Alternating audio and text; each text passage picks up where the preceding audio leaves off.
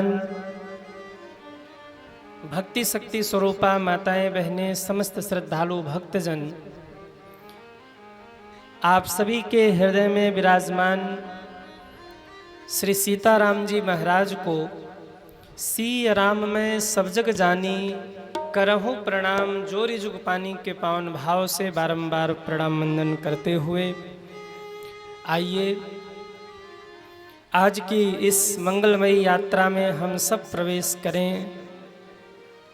कुछ कहें सुने गाएं उससे पूर्व हमारे साथ 2 बार भगवत नाम कीर्तन सब गाएंगे। क्या गाएंगे? क्या गाएंगे? अरे रोज क्या गाते हैं बताओ। अभी हम हैं तब ये हाल है, बाबा बनारस चले गए तब का होगा। बाबा की कथा भी बाबा के साथ में जाएगी। नमः शिवाय बोलो, नमः शिवाय,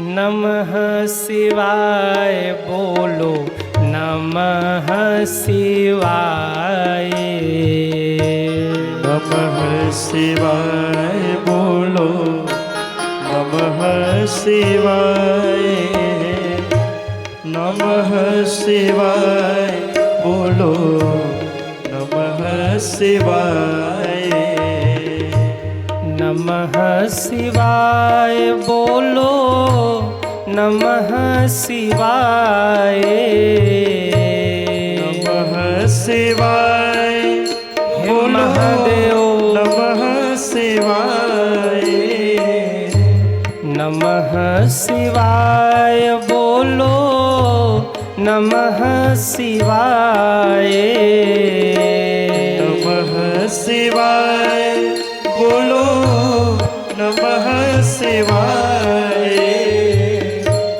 नमः शिवाय बोलो, नमः शिवाय, नमः शिवाय बोलो, नमः शिवाय, नमः शिवाय बोलो, नमः शिवाय, नमः शिवाय बोलो, नमः शिवाय, नमः शिवाय सब गाइए भाव से। नमः शिवाय, हे महादेव, नमः शिवाय बोलो, नमः शिवाय, जरा उठाइए दोनों हाथों को और तालियां बजाते हुए हरि बोल। हे महादेव।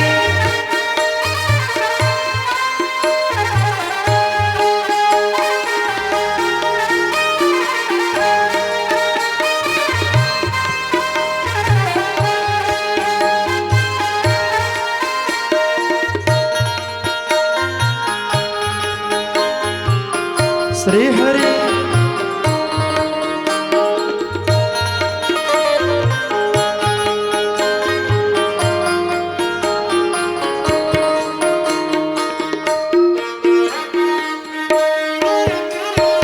जय हो।